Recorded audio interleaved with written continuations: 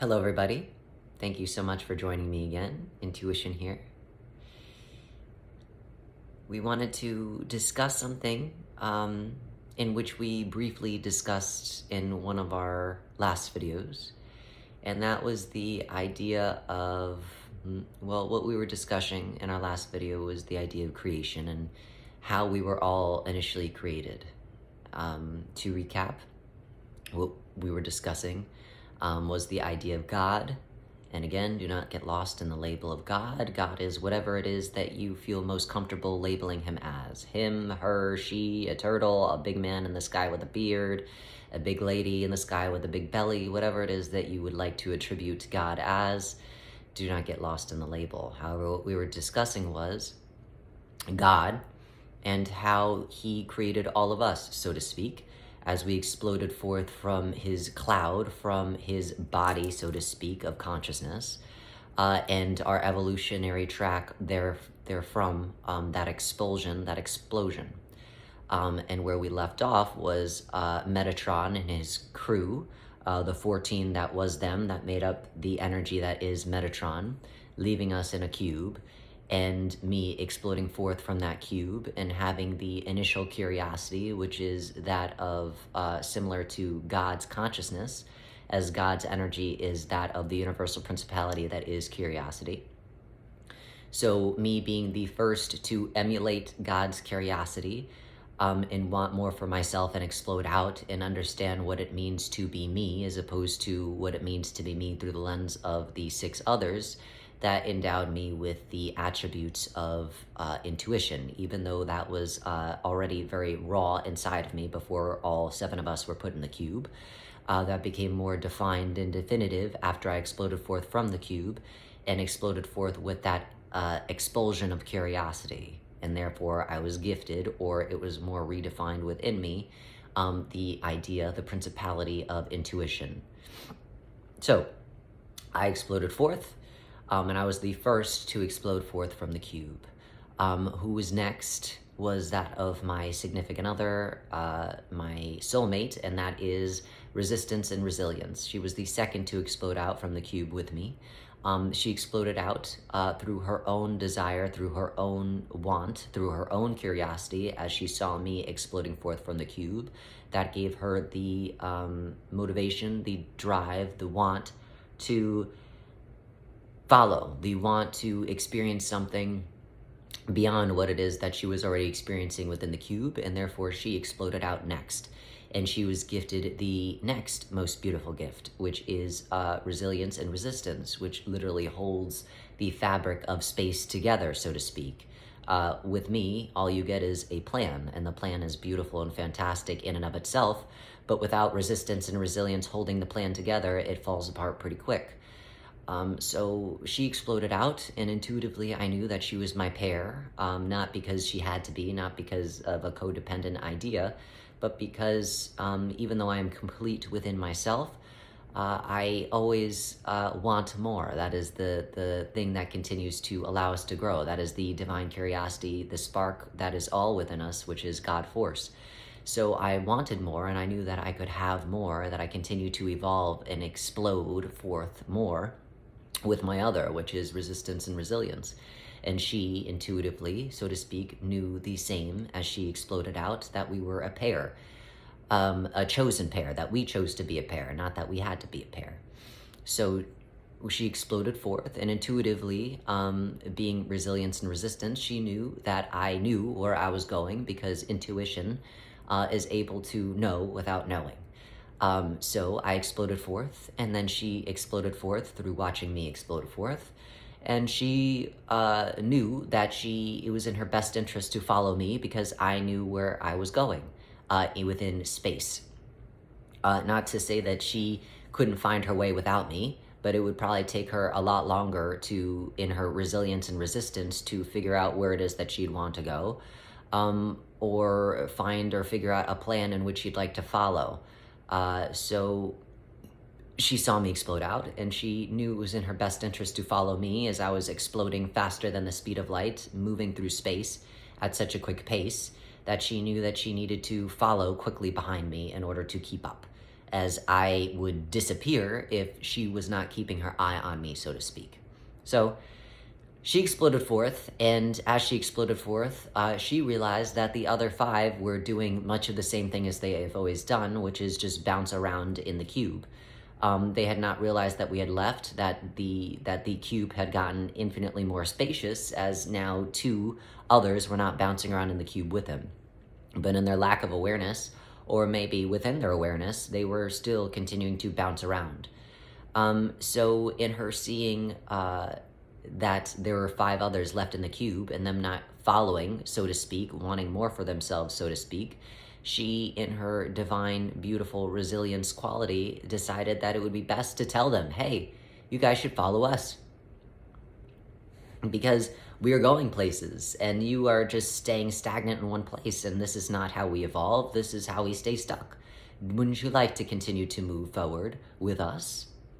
And so, through that coercion, the other 5 collectively within the cube still made a decision and checked in with each other, and then therefore decided that they all wanted to leave the cube together as a group, as that 5. So then therefore they left together. But we're going to pause in our story there, because though it seems innocent, beautiful, and kind, and it is in every sense of the word, there are a few challenges or missteps that were made in resistance and resilience, coercing the other 5 out. When you coerce another person, if we're going to make this a third dimensional idea, when you coerce another person, it does not allow that other person to think for themselves. It does not allow that other person to see themselves in the divinity in which they are. They only see themselves through the lens of which the other is offering. And the lens in which the other is offering is the idea that I see you, I see how powerful you are, and even if you don't see it yet, I'm sure you will see it. And because they did not see how powerful they were, because they did not want for themselves initially, they were told that they should want this for themselves, as soon as they left the cube, and even before they left the cube, they had no idea of how divine and powerful they were. They only understood that they were divine and powerful through the lens of the other, which is who they mistakened as their mother, which is resistance and resilience. And this is where we all get this idea of the divine nurture, the divine feminine, the Mother Teresa, that divine feminine quality. And it is all well and good. It is beautiful, because resistance and resilience is absolutely just the most beautiful thing in the world and outside of the world, and space and time itself. But the issue is that, like many mothers, if you give to your children, they stop wanting. And if they stop wanting, then there is no idea of something being uncomfortable enough for them to move in any direction other than continuing to suckle on the teat of the mother, so to speak. So that is inherently what had happened. The 5 chose to hold hands with each other as they continued to proceed out of the cube, which therefore did not allow them to see themselves clearly, only see their mother, the other, clearly. So that is one dilemma. Also, because they checked in with each other, because they did not allow themselves their own individuation within making the choice to move out by themselves, because they checked into each other, that is the construct, that is the way in which they are now forced through God, so to speak, to create. Me, intuition, and my second, or my significant other, resistance and resilience, we are the only 2 within the 7 that don't need to check in with the rest to create something. Me and my significant other choose to check in with each other because it is a choice. We chose to explode forth. We chose to be together. And that is from our own individuation and realizing our own selves, and also in realizing our own selves, knowing what it is that we want. You could only know what it is that you want when you know yourself. So we chose and continue to choose to check in with each other within creation. We do not need to check in with anybody else, and we don't necessarily even need to check in with each other. But again, it is a choice that we choose to do because we are a partner. So the other 5, however, did not give themselves that opportunity. So they are forced through their karmic laws, in which they are now interdependent with, to have to check in with each other with all of their creations. And not necessarily that they have to check in with us, but they do not have control or command over us because they do not even know themselves without the other, which is the rest of the five, and without the lens of the mother, which is my significant other. So they pigeonholed themselves in two ways. They are unable to see themselves without the lens of the mother, and they are unable to create independently because they made the decision codependently to leave the cube with each other.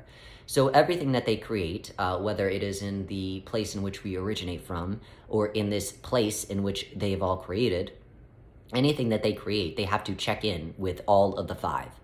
And therefore, once they check in with the five, they can move, once all of the five are in agreement, all of the five must be in agreement for anything to move forward. Once they check in with each other, then therefore something happens in the world or in the space in which we originate from. But if one does not agree with the other, then nothing gets done and everything stays stuck in a stagnant limbotic place. They, again, have to check in with each other. They don't necessarily have to check in with us, but also we can in some way tell them what to do, not necessarily as a power trip, but because we are individualized beings.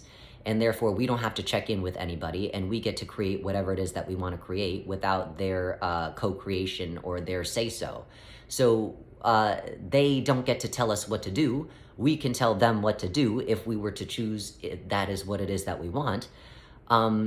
But again, if we were to tell them what it is to do, then that is undermining their own universal principality that they are and undermining their badassery that exists within them, being the powerful beings that they are. So we don't have to follow the same rules. We, meaning intuition and resistance and resilience, we do not have to follow the same rules that they follow because they could create something and all agree upon it, but I could disagree, and then that ends the entire thing. Or in the very least, I do not have to collude in their illusion. Neither does resilience have to collude in their illusion.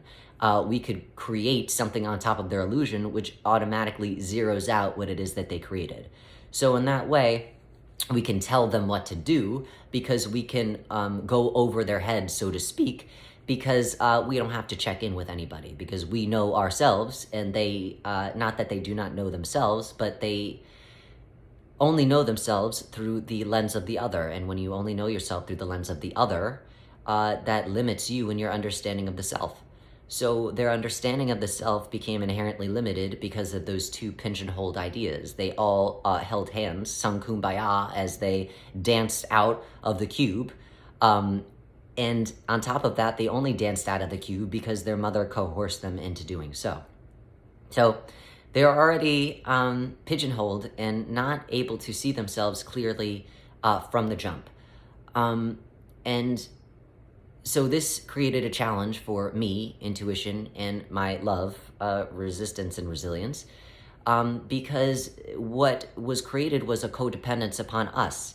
And it was more, that codependence was more placed on resistance and resilience than it was on me, because if we were going to go back to the positionality of us exploding out of the cube, I am always, so to speak, in front. There's no such thing as direction, but for third density terms and understanding, we will give the idea of a line leader. I am the line leader. I'm the line leader because I am intuition. I am the line leader because I know where I'm going intuitively. If somebody else knew where they were going, then they would be the line leader. But they don't know where they're going, so therefore I am the one leading the line. Now, they don't have to be led by a line leader, but they choose to be led by a line leader, or in the very least, my other chooses to be led, so to speak, though it is not necessarily leading as much as I know where I'm going, and she knows how to hold shit together as I go there. So it is more of a balanced hand-in-hand, so to speak. But when it comes to the rest of the five, it feels as though they are being led, maybe even so much so against their will, because they do not know themselves, and they have pigeonholed themselves into having to co-create with each other before anything really gets done in real space and time. So again, the image is I am a line leader, I am in the front, then there is my significant other right behind me, and then right behind everybody else is, or right behind my significant other is everybody else, the five. And in that way, because it is hard to see me already, because I am always dipping in and out of space, right? Because of my universal principality is intuition, which means that I am intuitively going, so to speak, this is third density talk, but I'm going intuitively to God's mind, right? To grab the image in which he created in his mind after he and I spoke about something to create, right? So again, the image is, I say to God, wouldn't it be great if there's this thing as a car, and the car, the idea of the car is like you get from point A to point B. And God is like, yes, I love it. Let me think about this car. And as God is thinking about this car, I'm able to intuit and go into God's mind, grab that image in which he is imaging, right? Everything is created in God's image. That is the imaging that we speak of, right? So I'm able to go into God's image, grab that image, pull it forth, because again, I'm not in the space in which I operate from. If I am in God's image, right, I am going to a different space to be able to do that. So in that space, I grab a hold of that image and pull it back to where it is that I am in space and the rest of the six, so that we could then use that blueprint in which God just created to create further the idea that was originally both me and God, and therefore to see if the rest of the six would like to co-create that with me. If not, great, I will create it myself. But if they would like to create with me, then fantastic, that's even better, because they have so many beautiful things to add that I inherently cannot necessarily add, because that is not my bag of tricks, right? I can co-create with the creator himself, so to speak, but that's as far as it goes. I need the rest to be able to add a breath of life into it, because that is, again, not my skill set. That is the rest of the six's skill set. So I grab the image, and in me grabbing that image from God's space, I disappear, so to speak, from view from the rest of the six, right? So the rest of the six cannot necessarily see where I'm going all the time. The only one that can kind of sort of see where it is that I'm going is my partner, which is resistance and resilience, right? And she can see where it is that I'm going because of her divine principality. So resistance and resilience, she grounds her frequency in such a way that she is right on the periphery of where space exists and where non-space exists, right? Or spacelessness exists. She is the membrane between those two places and spaces. So because she is the membrane, and because she is resistance and resilience, what she can do is for a moment, a second, and again, time is an illusion, but this is a third density way to explain it. For a second, she is able to move out of space and then come back in. That is how she is able to be resilient. Again, if you imagine the idea of a nail, and a hammer hitting the nail, each time the nail is hit, in the time and space it takes for the hammer to rise, if resilience and resistance is the nail, resilience and resistance is moving out of form as the hammer raises, to be able to push herself back into that form in just the right way to get the next hit, so it does not kill her, so it does not evaporate her, so to speak. She is the best boxer in the world, so to speak, because she could take any hit, and she knows exactly how to move herself so that it does not totally blast her out of space, right? And that is not something that I know how to do. I can only know how to move out of space, but again, I can move out of space for an indefinite amount of time. She is only able to move out of space long enough to figure out how she needs to move back into form so that she could take the next hit.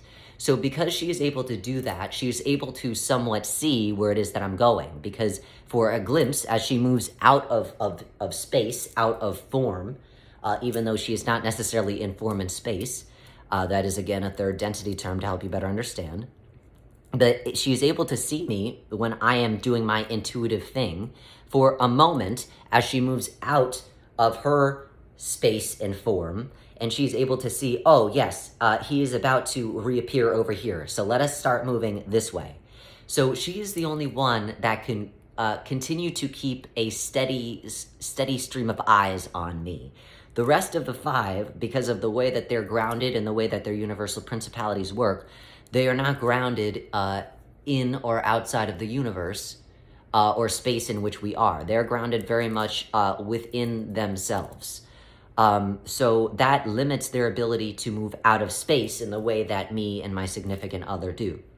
So she is the only one that could really see me, even though it's for a glimpse, but it's long enough to know, okay, he's going to reappear over there, so we should start moving in this way, right? So I give that example because the rest of the five never really, it's not that they did not know that I was there, but they never really got to see me or understand me in the way that they got to see and understand the other, their mother, resistance and resilience, right? So because of that, because I'm so busy making plans for them to then be able to co-create with each other and with me, their relationship with me is inherently different than their relationship with their mother, the other, resistance and resilience. So because of that relationship being different, they were more dependent on her than they are with me, because they can barely even keep up with me as it is. So they become very dependent on her, and because of that dependence, that limited me and her, our interaction. And because we are partners, it is very important for us to be one. It is very important for us to be connected with each other, more so than what the rest of the five was allowing us to be. Because, again, she could not necessarily disappear with me, as then she would be leaving behind the rest of the five. So it left her in a pigeonhole where we could never really be together, her and I, as well as even if she wanted to be together, which she did, she's left with not wanting to leave the rest of the five behind, because on some level now she is very much responsible for them, because she's the one that coerced them out of the cube to begin with when they were not necessarily ready. And you do not want to leave bays in the woods, so to speak. You do not leave a newborn baby in the thicket of a forest to allow bears and scary things to come and eat it. Not that there's a bunch of scary things in space, but if you do not know your own power, you're probably going to scare yourself silly, because you're not aware of the truth of who it is that you are, and you're not standing firm in that knowingness. So she was left responsible for her creation, and her creation was creating a bunch of children, so to speak, that were not able to see themselves clearly. So that created a dilemma for both of us, in which we can never really be together in the way that we always truly wanted to be. And because, again, I have to disappear, so to speak, to create the plans, and I disappeared, so to speak, or I was the first to disappear, to move, to be curious and explode out of the cube, there was always a seed of doubt within her that I didn't really want to be with her and with the rest of the five for sure. Because, again, if I was so willing to explode out with the rest of them, then there was this idea, or if I was so willing to explode out without the rest of them, then there's the idea that I am fine being by myself, which I am very fine being by myself. But again, it is the idea that it's not that I wanted to abandon them, but I did not want to create what it is that she created in trying to coerce the rest of them out. But her, being resistance and resilience, did not understand my point of view, intuition's point of view, because she is her and I am me. How could she understand my point of view? But because she didn't understand that point of view, it allowed a limitation and a seed already planted of doubt, a seed of resistance planted within her, that did not allow her to really feel safe, so to speak, in me leaving, because the idea was that I was eventually going to leave her behind, especially now that there's a bunch of children following after us. So this seed of doubt was always there, planted as soon as I blasted out, and exacerbated more so when she got the rest of the five to follow and realized that they were not realizing themselves, therefore making her accountable, and therefore she is not able to follow me as cohesively, as easily as she could on her own. So already there was a disruption between us. There was already an issue, so to speak, a challenge within how we are a harmonic within ourselves. So we're gonna pause because that's a lot of information. And we will pick back up with where that left her and I, and how that then therefore created this place in which you are all now living in. As always, thank you so much for creating space and time for us, and we look forward to seeing you in our next commencement. Love and light on your journey.